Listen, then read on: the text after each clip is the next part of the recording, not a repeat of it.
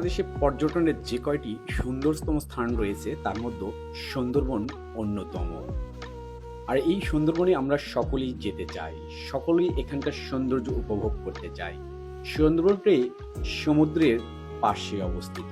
আর আজকে আমি ঠিক তেমনই একটি মিনি সুন্দরবন বলেন বা গরিবের সুন্দরবন দেখতে চলে এসেছি।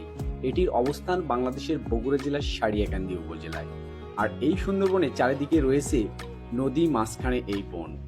গত কিছুদিন আগেই আমি এখানে গিয়েছিলাম, আবারও যেতে চাই। এই মাসের শেষের দিকে ইনশাল্লাহ আমি এই বগুড়ার সুন্দরবন আবারও দেখতে যাব।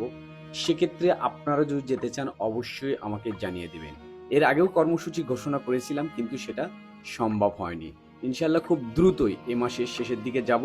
আপনারা যেতে চান দ্রুত ঝটপট কমেন্টে জানিয়ে দেন বা আমাদের ভিডিওটি শেয়ার করুন।